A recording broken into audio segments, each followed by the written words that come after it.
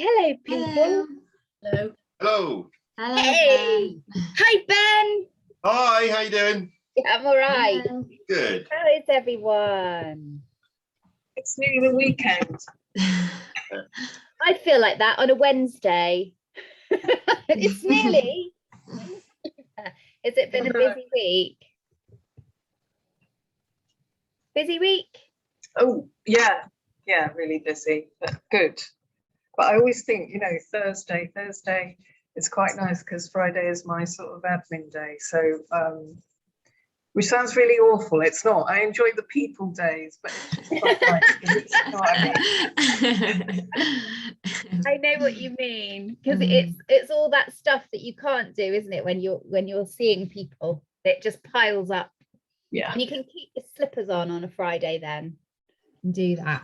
Well, I'm just going to share. It might be too much of a share. Oh, I'd like to see your slippers. Look at Slippers those. now.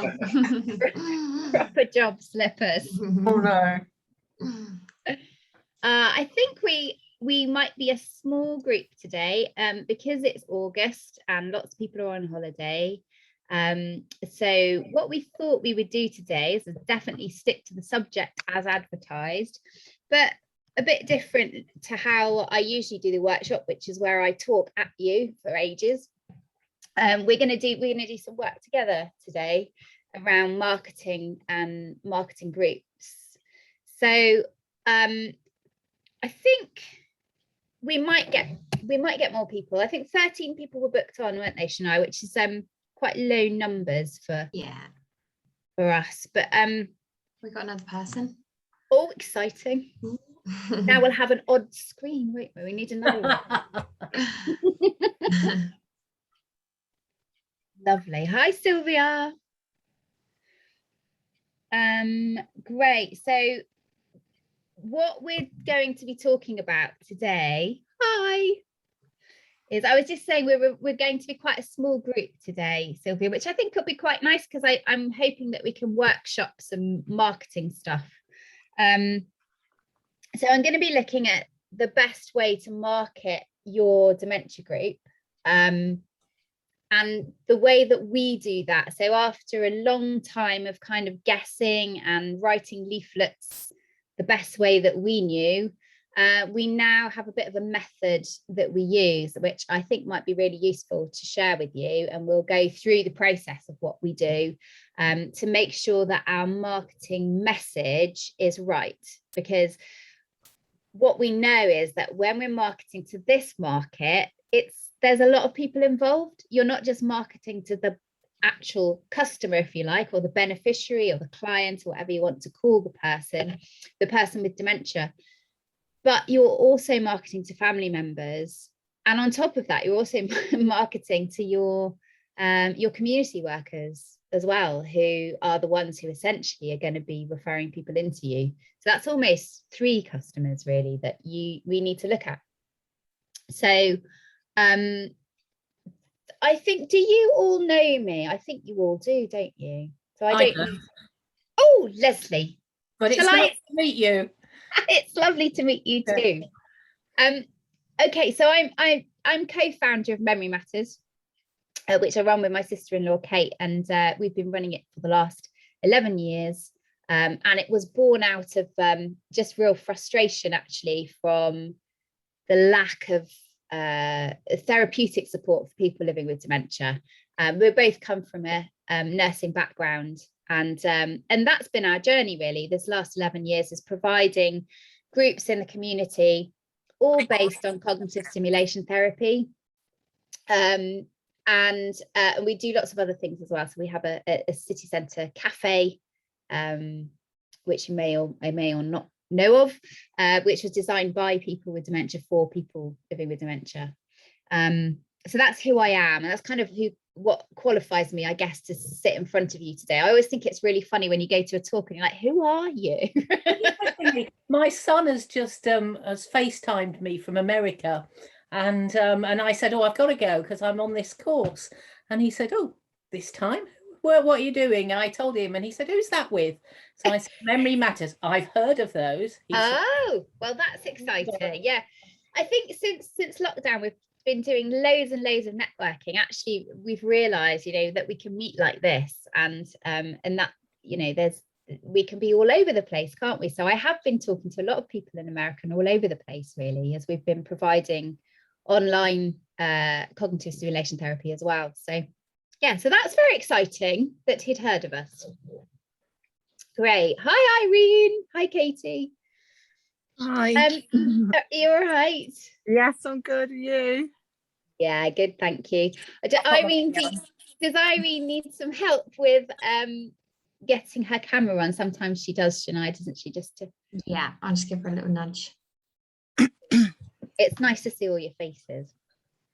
So what I thought I would do, so as I said, we're going to kind of workshop through today, and I want to show you the process that we go through when we are looking at putting together some advertising material. So that might be leaflets, and I guess leaflets is the thing that most of us think about when we're doing community groups, making sure that the doctors have got them and they're in the library and all the places that you think that leaflets should be. But of course, in one of the workshops, I talked about the fact that actually most of your client base is going to come from you having conversations with referrers and getting in front of them.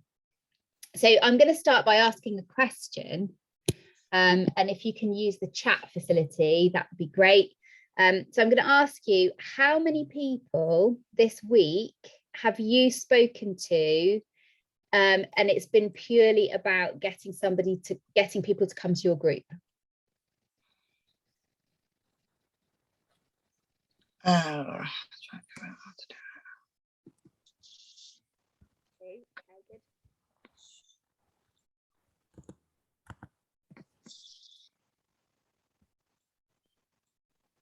So I can see it. Two's a good number. We've got 2 with 2. Obviously, if you're not running a group yet, don't worry. None yet, haven't started yet. Okay. All right. Okay. So 2. So in terms of thinking about how many people we should be looking at now, obviously, how many of you, 2 for Katie as well. So how many of you have got vacancies in your groups?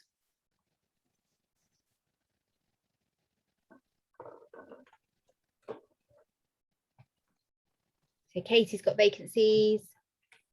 Yes, I have. Yeah.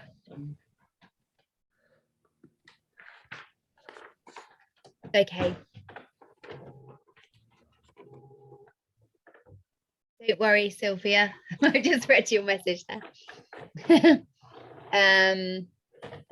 Okay, so some days and full on others. Okay, so basically most of you that are running groups have spaces in your groups, right? So, and I think this is the point, is that we know, don't we, that that CST is beneficial, or whatever it is that you're doing within your groups. It might not be CST. Whatever you're doing to support people living with dementia is beneficial to them. And we tend to be really good at the provision. That's the bit that we tend to be good at. So we're good at sitting in front of people and getting them to talk and do all those things. But what we're not always good at is the marketing, is bringing people in. And certainly that's been my experience coming from a nursing background. It's not something that you're taught within your nurse training, how to market, how to be a business person, or even if it's a project that you're running, you know, how do you actually get people, how do you get bums on seats? So it's something that we've really had to learn as we've gone along, and we've, you know, done a lot of training on it as well. So I'm going to show you now a process that we use, and it may seem, do ask questions as we go along, and do take your mics off so that we can hear you. I'll put your mics on is probably a better way to say it, so that we can hear you. So I'm going to start sharing my screen, and hopefully this is all going to go to plan.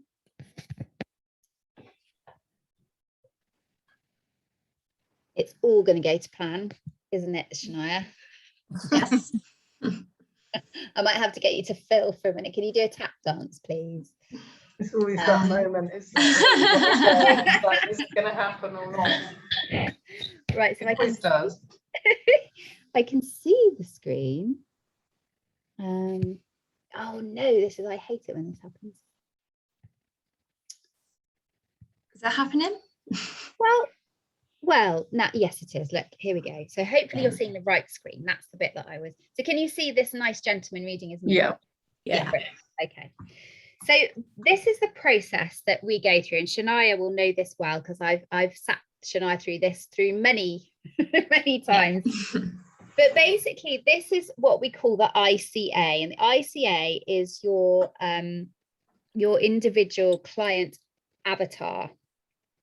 So basically, you're going to create your perfect client. Okay, and the reason that we do this is because then we can talk directly to them in our marketing material.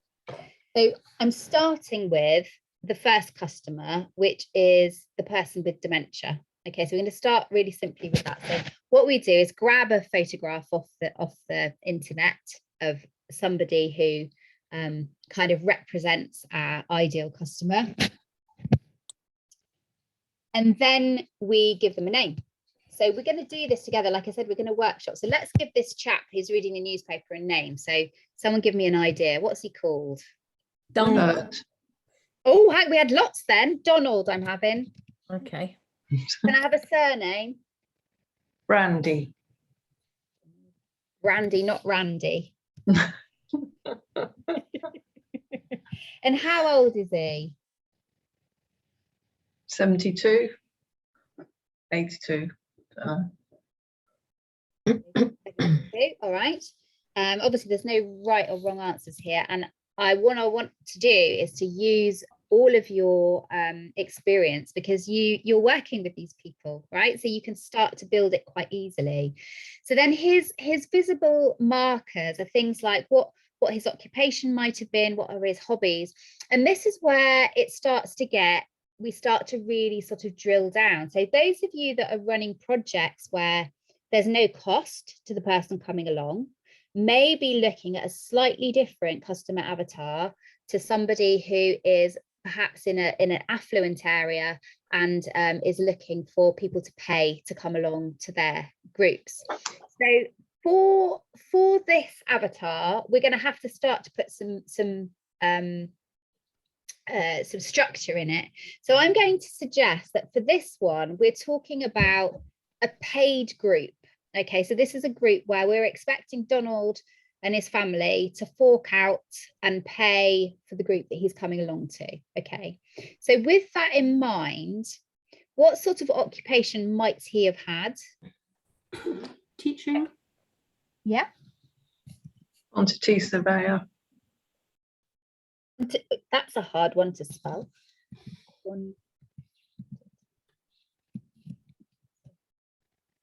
Oh, have I done it? Sorry, I missed that one. An engineer. Yeah. I tell you, an occupation that we would get a lot of when we first started working in Wadebridge in Cornwall were retired police officers. Who had the police pension. Yeah. So just a thought. We're in Cumbria and we've got some walks happening in the west of Cumbria, which has got Sellafield, so it's, you know, nuclear power station. Lots of people will have worked there. So would it be useful then to say that this person had worked there to capture? That's a thought. So you find an industry from where it is.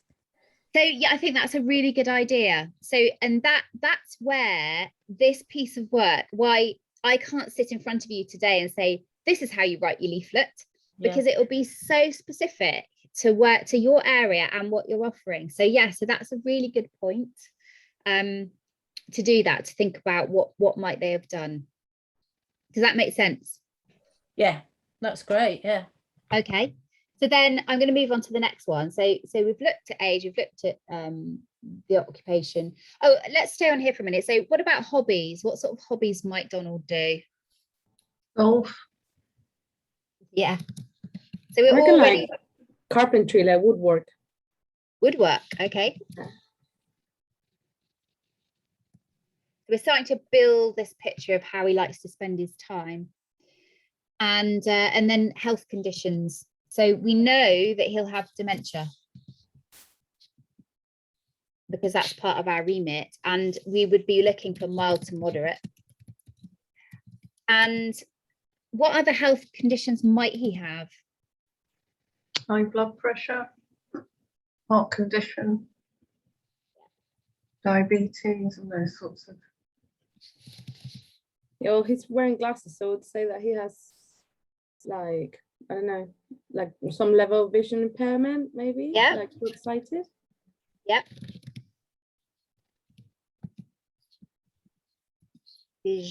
Oh.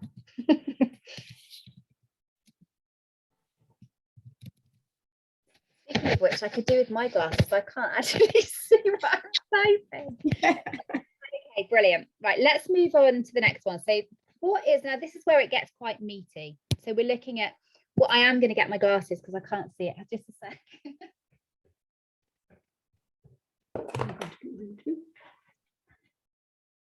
I'm back.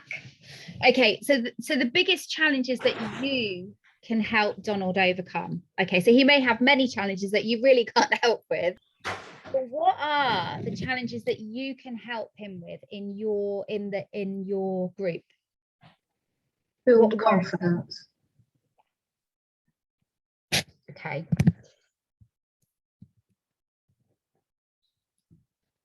Okay, confidence. And this is it's one that happens, and we see it a lot, don't we, where people, when they get dementia, their friends kind of fall by the wayside. They lack confidence in perhaps going to the shop because they don't want to get things wrong. So it's a real issue, isn't it? Lack of confidence. Anything else? Isolation and loneliness. So again, you know, lack of friends. Yeah, that sounds better, doesn't it?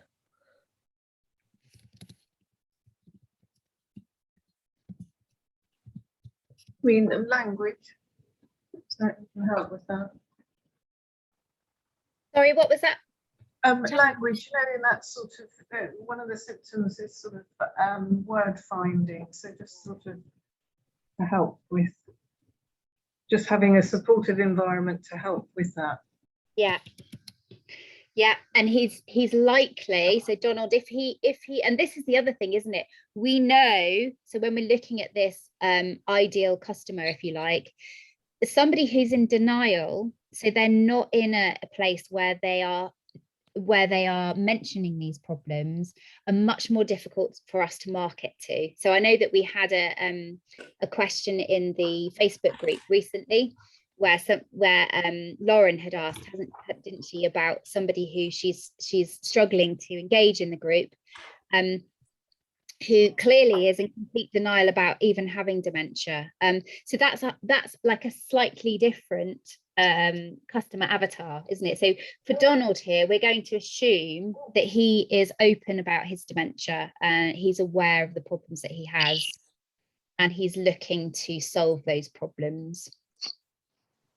What about boredom? That's what we find with most people. They're just bored and have nothing to do a lot of the time.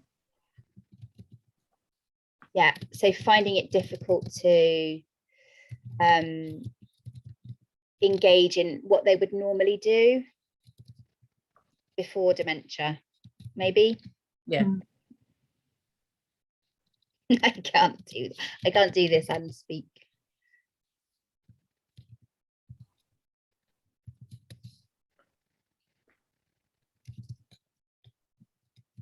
Anything else that you think he worries about? Dying? We're all Yeah. worried. Dying? Yeah, but maybe worries about end of life. Perhaps he's thinking about those things. You know, how will the dementia progress? What will life be like towards the end? Being a burden on his family.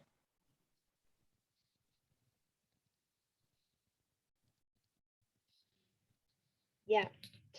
So for the sake of this workshop, we'll move on, but you can see how you could stay here for a bit, couldn't you? And you could really start to list what those things are.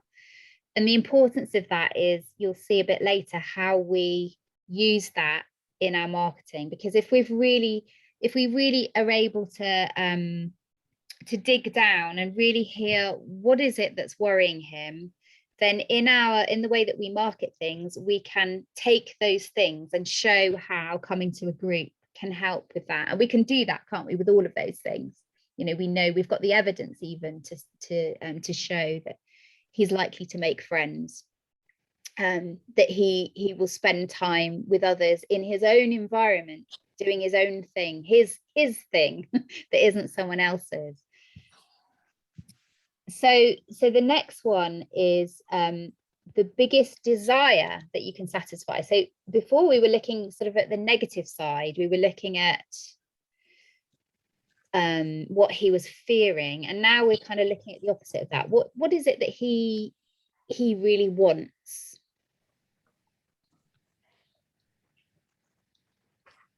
Could it be to be part of something again? Because there's that lack of that in his life.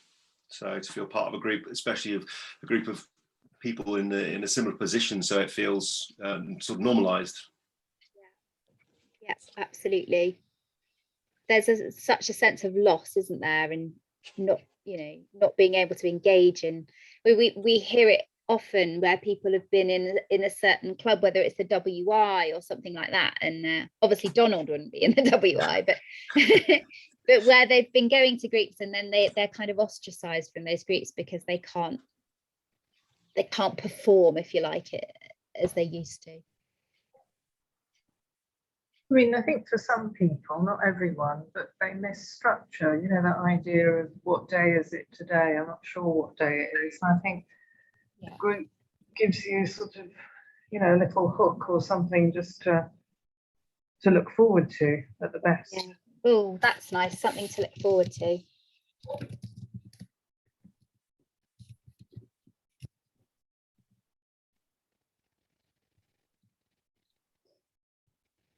I think also like having a group that is their own and can also help people like achieve that sense of some control, like because what's happening to them is obviously like not something that they can control, but there are things within it and within their days and within their routines that they can, and that gives you something to kind of hold on to.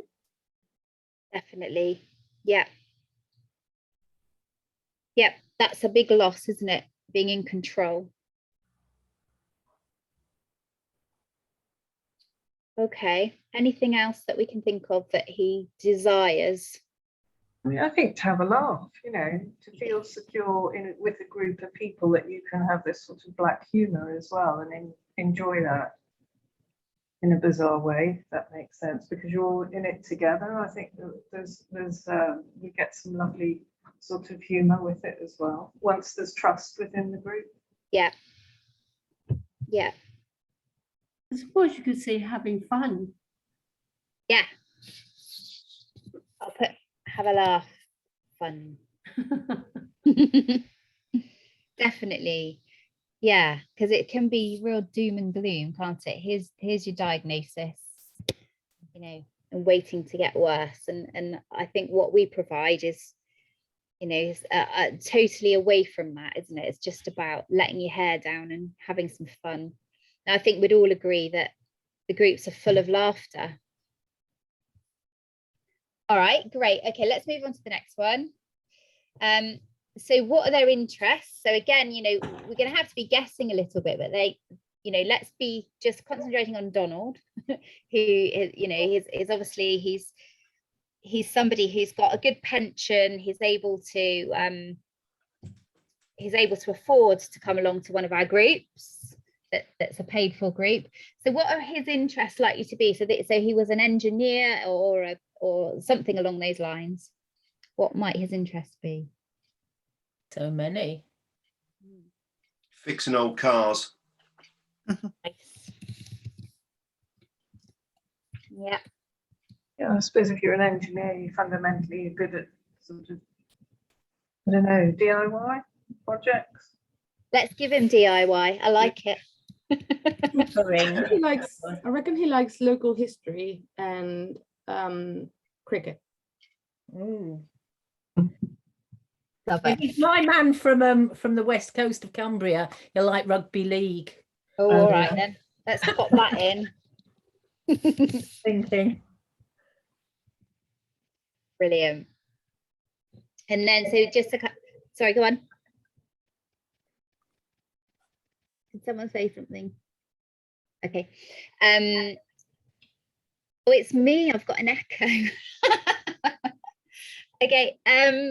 So what I was going to say is that you can see how, you know, this may seem a bit out there in terms of what we're doing here, but you can start to see some sort of imagery that might, you know, that might draw someone's attention when we start to look at what their interests might be. Okay, we'll move on to the next one. So what does an average day look like for them?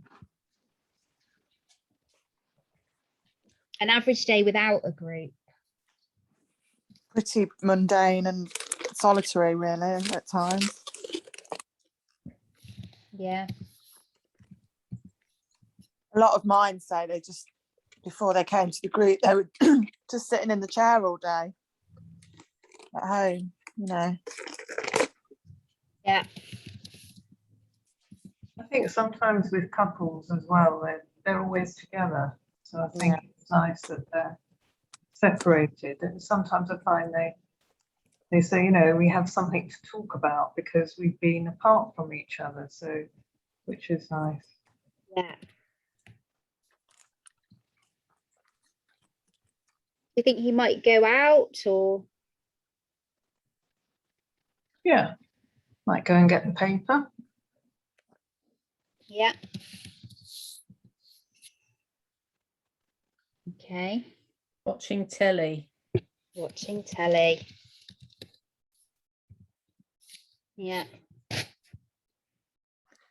Oh, I've gone. Okay, we'll move on to the next one. So where might they hang out? Now, why this is really useful is that when we're looking to market to people is knowing where they are to capture their attention.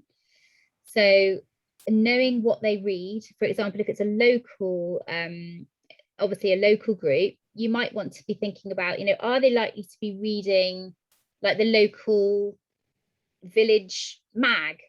And if so, that could be a good place for you to put in an advert, or not. Perhaps they're not the sort of person that reads that stuff. And also to really think about online groups as well. So it might be that Donald, I mean, we can make assumptions, couldn't we, that perhaps Donald isn't active on Facebook. He might be.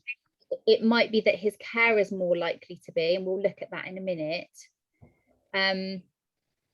So what do we think about Donald? Where are we likely to find him? Where would we stumble across him? Church. Yeah.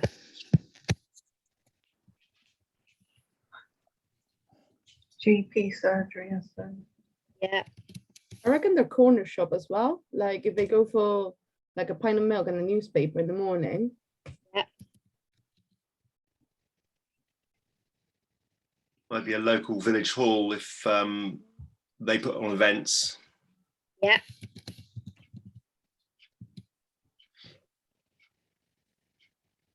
So we start with, sorry. Chemist, pharmacy. Yeah. Got a dog, maybe the park, a local space. Yeah.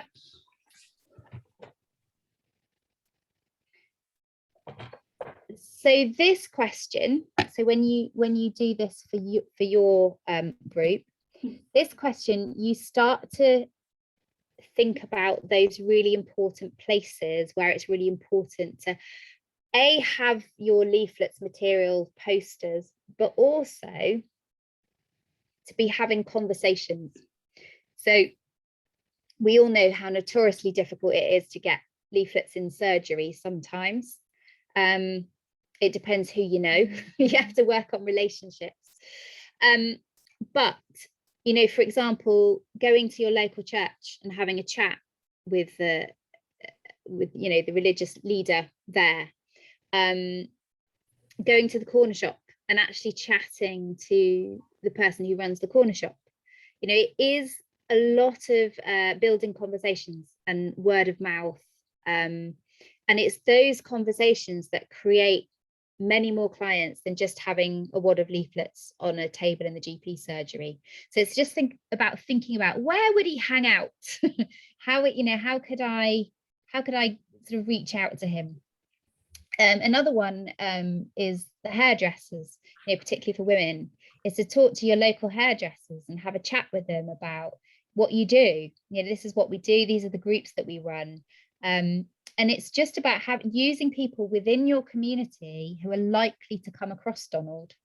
That's how we network really well. But it's not just like a slapdash approach that we go and speak to everybody, but by doing this activity, we start to really hone down in where he or she might be and who we talk to. Okay, so I'm going to come up with the next question, which is, what makes them ideal for you? So why is Donald ideal for your group?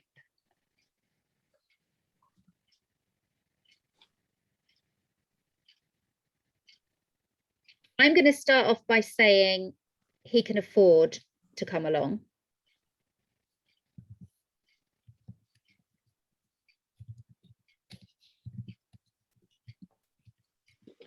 For us, I'm just thinking of our walking group. Again, he's relatively mobile. Yep. Yep. Yeah, just following on from that, maybe that he's still driving or he's got transport or can access a group. Yep. Yeah. Yep. Maybe that he's willing to do so. He's not in denial, and he's actually looking forward to meeting up with people and enjoying it. Yeah, absolutely. So that's one of our remit, isn't it? Is that people need to want to come along. Yeah.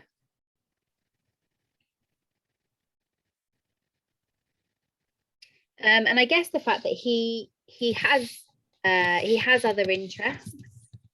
So he brings along, you know, he brings lots to talk about, doesn't he?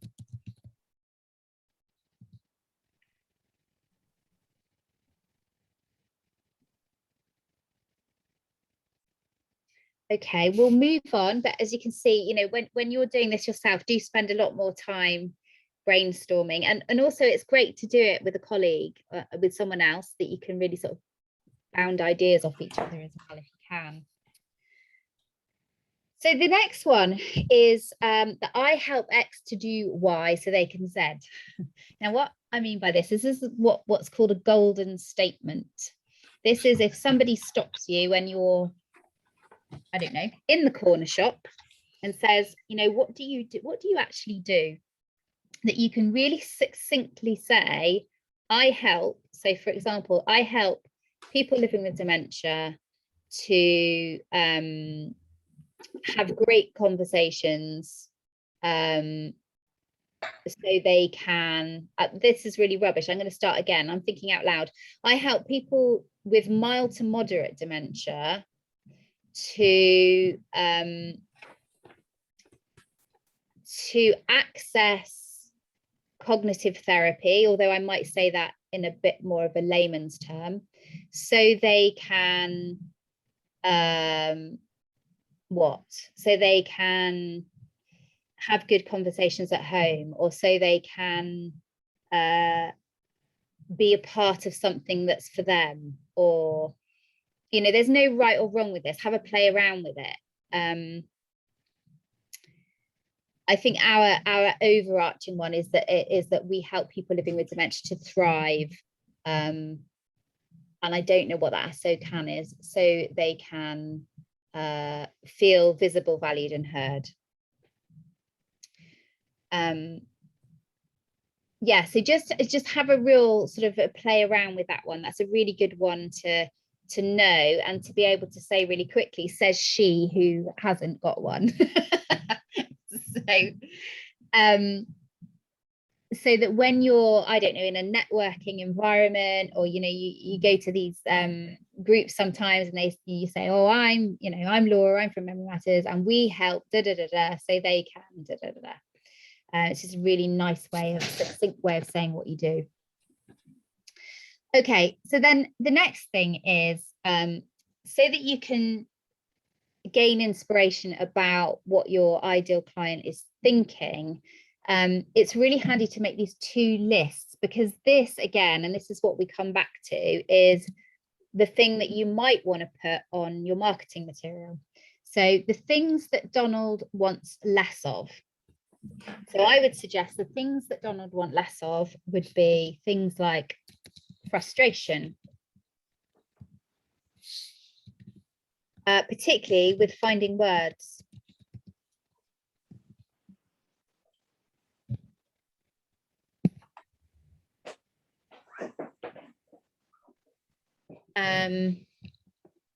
Feeling lonely.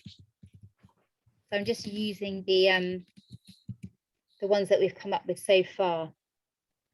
I think being asked a lot of questions as well. Like for a lot of people living with dementia, like when people just start asking a lot of questions, yeah, sometimes they can feel like at some point one of these questions is gonna like get me. I'm just gonna know what to answer. So it's much easier to have like open conversations where you can just say whatever and there's no right or wrong. Yeah. But having said that, and I do agree with you, but having said that, what we find is that people love talking about themselves. And so it's the opposite. It could be in the good list as well as the bad. Oh yeah, no, I agree. Yeah. I mean, like more open questions rather than being asked questions that require a specific answer. Yeah. So saying things like, oh, so like, I don't know, what kind of things do you enjoy doing? And then they can talk about whatever, rather than saying, so where did you work? Or like something very specific.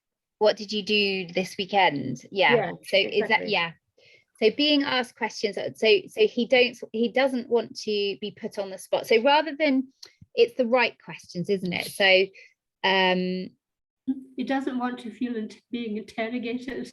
Yes. So less of being put on the spot,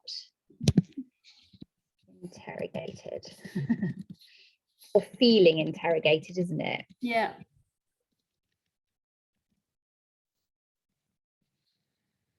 And he would like to feel less vulnerable. Yeah.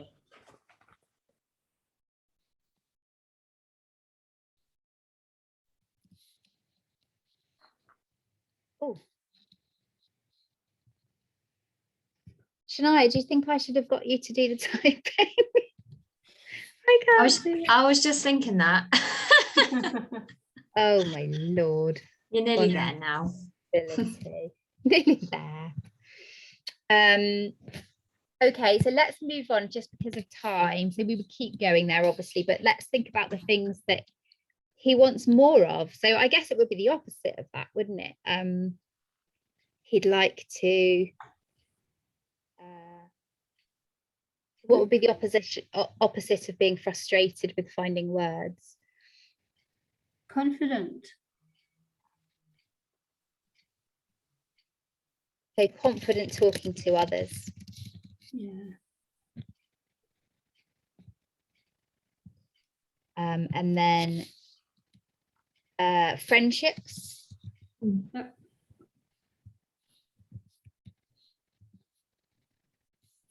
Feeling fulfilled.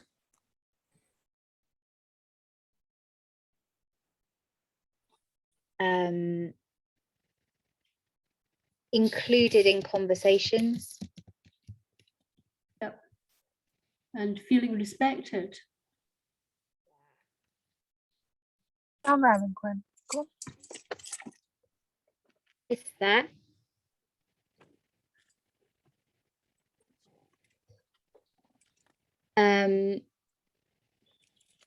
Opposite of being vulnerable, comfortable. comfortable? Yeah. Yeah, I think feeling relaxed and comfortable.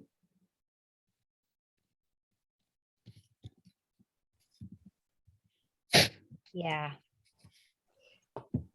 So again, this is kind of the last slide really. You can see how when we put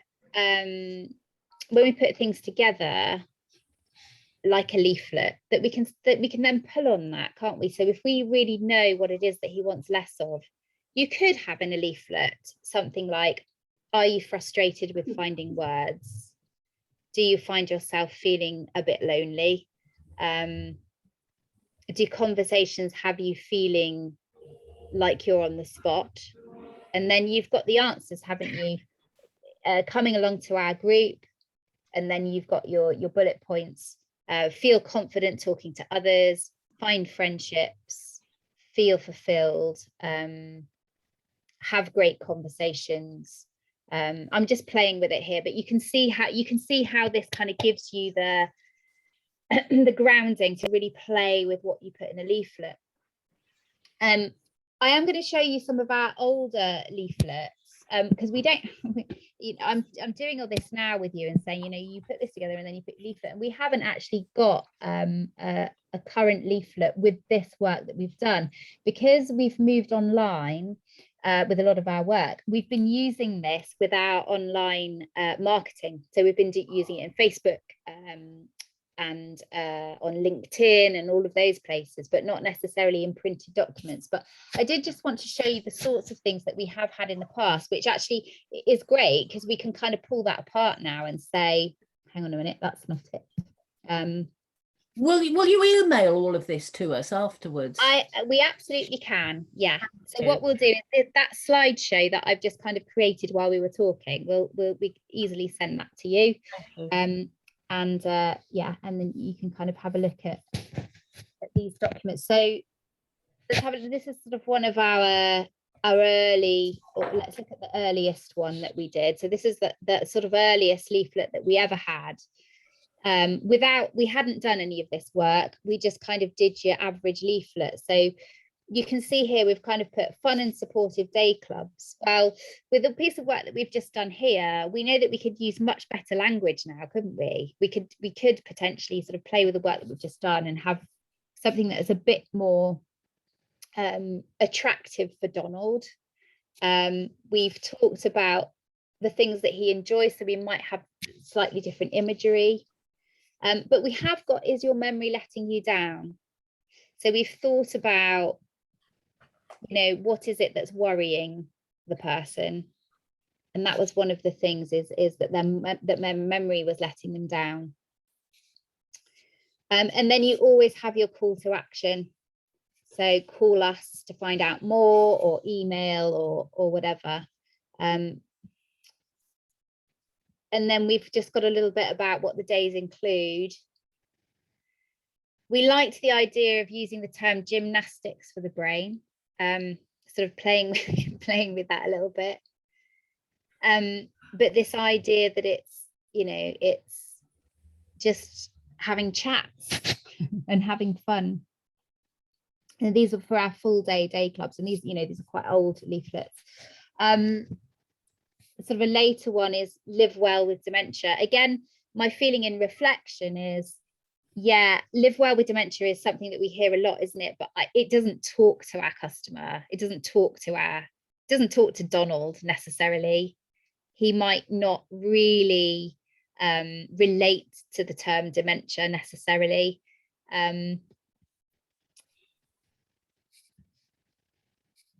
What else is there to say? I mean, it's pretty, with this one, we've gone again with gymnastics for the brain, but we've talked about cognitive stimulation therapy is proven to slow the progress of dementia in some people. Well, I feel like that language now reflectively talks more to those that would be referring in than it would be to Donald. What would you use instead? What do you mean instead of cognitive stimulation therapy? Well, let me show you the latest one. So this is obviously our online one, and we kept it really, really simple. So exercise the mind. And you'll notice on here, it doesn't actually say CST at all. Unless I'm missing it. No, it doesn't. So we use a talking activity that gets you thinking, which has been shown to help with some of the symptoms of dementia, but we haven't actually said cognitive stimulation therapy. That's I have to admit, when I was invited to join the Facebook group, I didn't know what cognitive whatever you've just said was, and somebody said, well, I don't know whether it was you that invited me, but somebody said, well, what you're doing is this. So oh right, I didn't know we were doing that. Yeah, absolutely. And I think that's the thing, when we use the term CST, or cognitive stimulation therapy is a mouthful, isn't it? If we just use CST as well, people are like, I don't know what that is it like CBT? And we forget that because we're working in it all the time. We forget that the words that we're using might not be accessible to Donald. He doesn't really care, does he, that it's CST? What he wants to know is, will it help him feel less lonely? Will he, be better at finding words, and all those things that we just talked about? So that's really the point, isn't it? If we can make our marketing material speak to Donald rather than it saying exactly what we do, because essentially any piece of marketing is, we want them to do the next step, which is the call to action. We want them to pick up the telephone, or we want them to email us. That's all this leaflet is to get them to pick the phone up. Once they've got the phone picked up, then we can talk about that stuff, but we need to get them to that point. And I think certainly at the beginning, as you see from our leaflets of old, we didn't really know what we were doing. We're just making a leaflet because everyone else had one. Whereas when we start to really think about who we're talking to, it just becomes a lot easier. So I hope that is helpful, and I hope also that you can see, today we've just gone through the person with dementia, but I would really encourage you to do exactly the same right from the top with the carer. So thinking about the loved one, and think about, because their wants and their wishes are going to be different, and their struggles are going to be different, and it might be that you have different wording that you put out there for a carer than you would for somebody with dementia. And equally with your referrers as well. So you can put your referrers through that whole process and think about what their problems are. So what do they want? And essentially, if you think about it in terms of having a regular group once a week, you are helping with the problem for a community nurse, because you've got eyes on that person every week. You may notice whether they have an infection, or they need to see their GP. So you're actually helping them with their work. So you just need to be able to sell that to them by showing how you're helping with their problem. So yes, that's really worth doing. And if you want to, and you have a good relationship with one of your community workers, you can get them involved in that and ask them, what's your biggest frustration?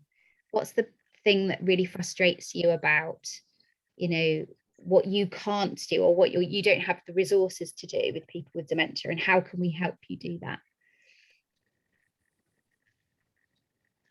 Is that helpful? All right. That was a helpful process to go through. Does anyone have any questions?